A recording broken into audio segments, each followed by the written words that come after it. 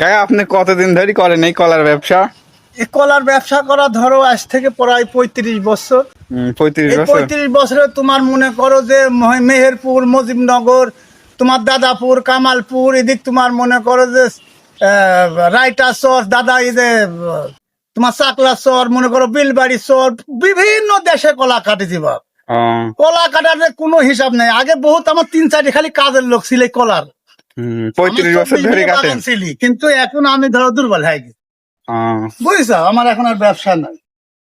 তা আপনি তো সবাই কলা মন্ত্রী নামে হ্যাঁ, কলা মন্ত্রীর নামে আমার ফুটবল খেলার টিম ছিল তোমার পাবনা, ভেড়ামারা, রাজশাহী, বিভিন্ন দেশে আমি খেলাধুলা করেছি। আমার গেঞ্জি ওই মনে করো গেঞ্জির গায়েও লেখা আছে কলা মন্ত্রী একাদশ।